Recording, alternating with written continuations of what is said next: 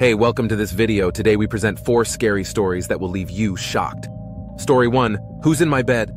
A father went to say goodnight to his 7-year-old son, very well knowing that if he didn't, his son would have trouble sleeping. It was a nightly routine between them. He entered the dimly lit room where his son waited under his blanket. With the first glance, the father could tell there was something unusual about his son tonight, but couldn't put his finger on it. He looked the same, but had a grin that drew from ear to ear. "You okay, buddy?" the father asked. The son nodded, still with the grin, before saying, "Daddy, check for monsters under my bed." The father chuckled a bit before getting on his knees to check, only to satisfy his son. There, under the bed, pale and afraid, was his son. His real son. He whispered, "Daddy, there's someone on my bed. Please don't forget to like and subscribe and share with your friends. It really helps the channel." Story 2. The cabin. A hiker decided to go on a hike by himself, something he was not very used to. The whole day was normal. Trees and bushes engulfed his surroundings. He enjoyed being outdoors in the mountains. Nothing seemed strange to him, that was until he was making his way back to his car. He figured an 8-hour hike was good enough.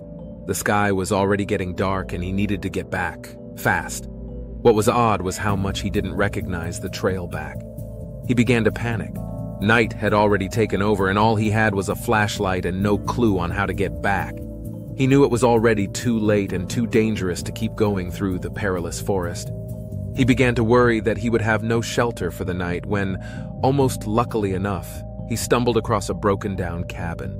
It was dark and seemed like no one had visited it in years, but he knew it was the only place where he could rest until daylight, especially since his flashlight was running out of battery. He knocked on the door a few times, but no one answered, so he let himself in where, strangely enough, a perfect bed fitted for one person awaited him in the center. He knew that if the owner came back, he could explain himself. He was sure that the owner wouldn't mind, or was even probably dead. So he went ahead and got himself comfortable in bed. As he tried to sleep, he couldn't ignore the collection of paintings around the room. Portraits of strange-looking people all peering at him, each wearing a smile that sent chills up his spine.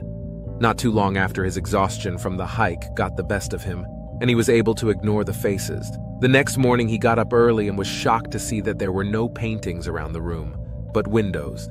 Story 3. The red wristband. A doctor was working at a hospital where the patients were tagged with colored bands.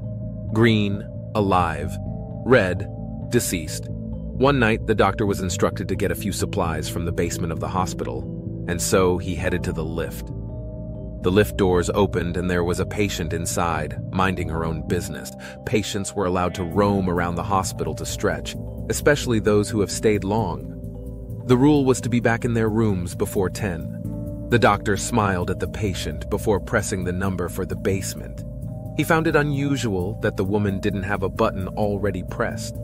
He wondered if she was heading to the basement too. The lift finally reached the floor where the doors opened.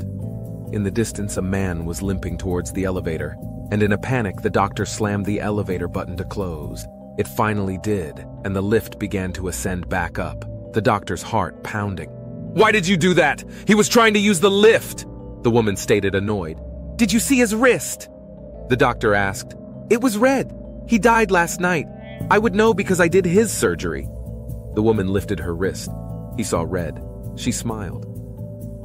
Like this one. Story 4. White with red. A man just moved into an apartment and heads to the receptionist to get his keys.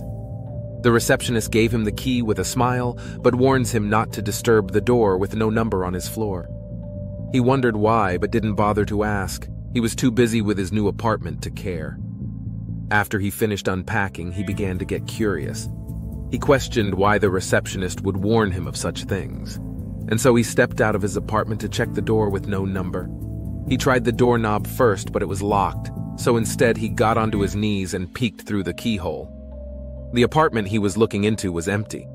His eyes scanned the whole place before stopping at a woman, standing face against a wall in the corner.